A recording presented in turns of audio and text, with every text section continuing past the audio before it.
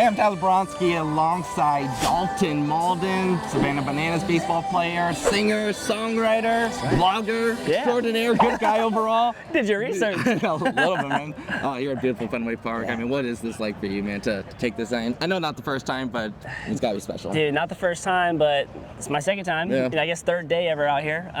But it's incredible. It's last year was incredible. I was so excited to get to come back this year once we heard on the schedule. Yeah. And it's better than ever. It gets better every time, man. You've been with the organization for a few years now. Yep. How have you seen the product on the field just kind of evolve over the years? Wow, dude, I mean, from our dances to our rehearsals to the players to our choreography to our trick plays. I mean, my first season, this is my fifth season with Bananas. Right. First season was 2021. We didn't even do trick plays. It wasn't banana ball yet. That's like the signature thing now for you guys. And then once we hit that like first trick play mark, we're like, okay, we can all do this. And then we've constantly just helped each other like evolve and get better and better at trick plays. And it's been awesome to see like what it turned into now. It wasn't always like this in terms of just the obviously stadiums and MLB parks through the NFL stadiums now too. In terms of off the field, how have you seen the growth of banana ball impact you off the field in terms of maybe sponsorships or just off the field ventures that you wouldn't get beforehand? So. Yeah, I would say a lot of cool things. We get a lot of cool opportunities that come our way. People messaging us, like companies for one, but also just like connections in general. People like that we can like make an impact, get to bring them to the game. For myself, like I do a lot of fishing with stilts and Bill Leroy, and we meet a lot of people who fish in the area. So we bring these little telescopic fishing poles. They're about this big and they extend out, and we fish pretty much every single city that we go to. Really? And so we've had a lot of cool opportunities of fishing with like random charters or people in the city. They're like, hey, when you come here, like hit us up, we'll take you fishing. That's been cool. But yeah, and also just the people that we get so many new guys every year, and so many new connections. They know like MLB guys, they know big people, and a lot of cool opportunities and things coming together with all new guys coming in too. Yeah. And one thing fun for you recently is got connected with Kaleb Cohen. Do the East Coast Summers collabs. I know you brought him yesterday too. How did that relationship start with him? And dude, that was cool. So we were in Savannah, and Zach Frangelo, our director of entertainment, he hit me up and he was like, hey, we're gonna do a walk up for you, East Coast Summers. The song's not out yet, Kaleb Cohen.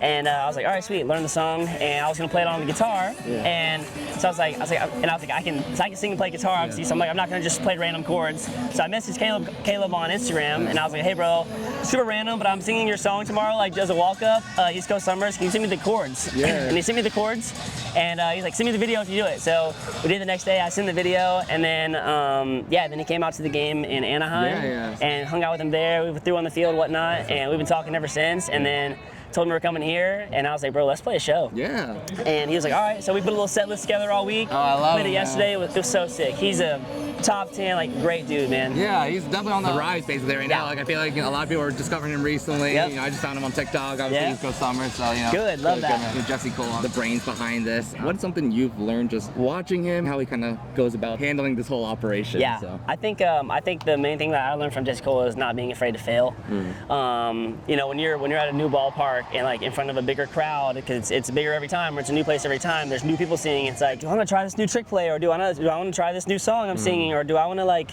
step out of my comfort zone and try this? And he's a big advocate for just doing it, and just not being afraid to fail, because you can't do cool things unless you try them, right? And you're gonna fail. Yeah. And so he's taught me that, and so that's what I think about a lot of times when we're at these new stadiums. I'm like, you know what? It's a lot cooler if it happens and it works out. You know, if it doesn't work out, it's okay. It's not gonna be the end of the world. Everybody's gonna forget about it. But if you do something cool and you actually do it and it works out, it's gonna be that much bigger of an impact. Absolutely, and you get that reaction from the crowd. Exactly. This is how preparation starts. Before the ballpark, before the bright lights, I choose REDVANLY for sharp style and comfort. I step out ready to go, cool, confident, and built for the day. REDVANLY, my way to stay ready every game.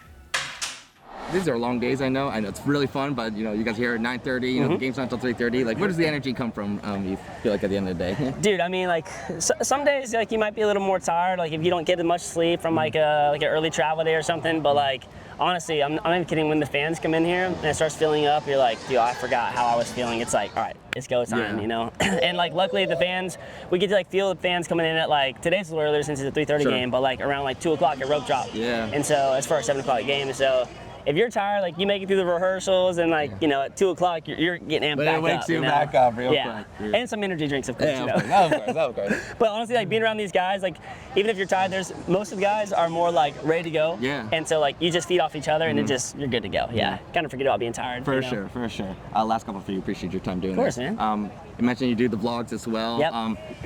Again, I don't know how you balance, like, find a way to, you know, remember to vlog, to be engaged with the camera. Like, what is that dynamic like for you?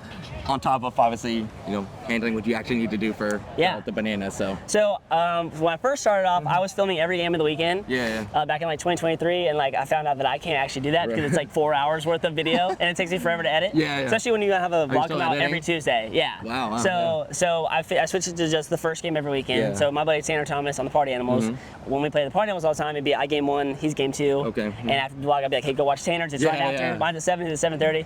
But honestly, man, it's just like I really feel like I've gotten better at editing and vlogging, and also like having rack around. Like, you know, like there's a lot of people that are just so good at what they do, and it's inspiring as well. And I don't know, maybe things like like having rack around or some of the guys like kind of inspired me to keep on going. I don't always want to do it because I wanted to have something I could watch when I'm older, you know. And that's a good point. but yeah, it's like this is so cool, and also people don't know that we get here so early. They don't know what we do behind the scenes, and like I want people to see that, and I want them to know the guys too, you know, because like they see us on the field, but they don't actually know us, you know.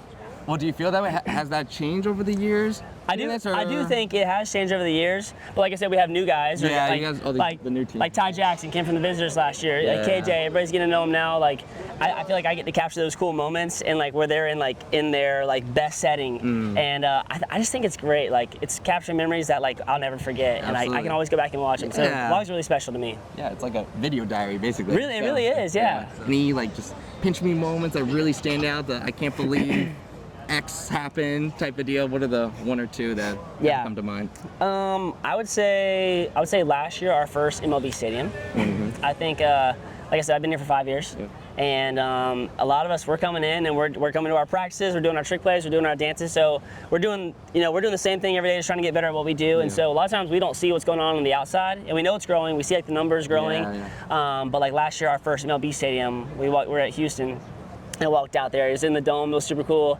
And I was like, oh wow, okay. And I was like, all right, if that seat up there is full, that's like maybe I can barely see that. Arguably the farthest seat away. I was like, that's full. Like, you know, I'll believe it. And sure enough, game time, it was full. And I was like, wow, that was a big moment for me. That was like when I saw a big difference. And then this year it was Clemson, 81,000. That was like the second time for me. I was like, wow, okay, this is legit. You know, that looked crazy. Man, so yeah, I would say those 2 moments for sure. How's it going? All right, he's Dalton Mauldin. Check him out on YouTube, of course. So that's right. Check it out. Thanks, man. I appreciate it. Thank you, man. Hey, yeah, I be flying with the angels every day, yeah. I play this fool, but life is great, fam. Ooh, I work 60 hours a day, man. Yeah, I'm built to grind, it's my escape plan.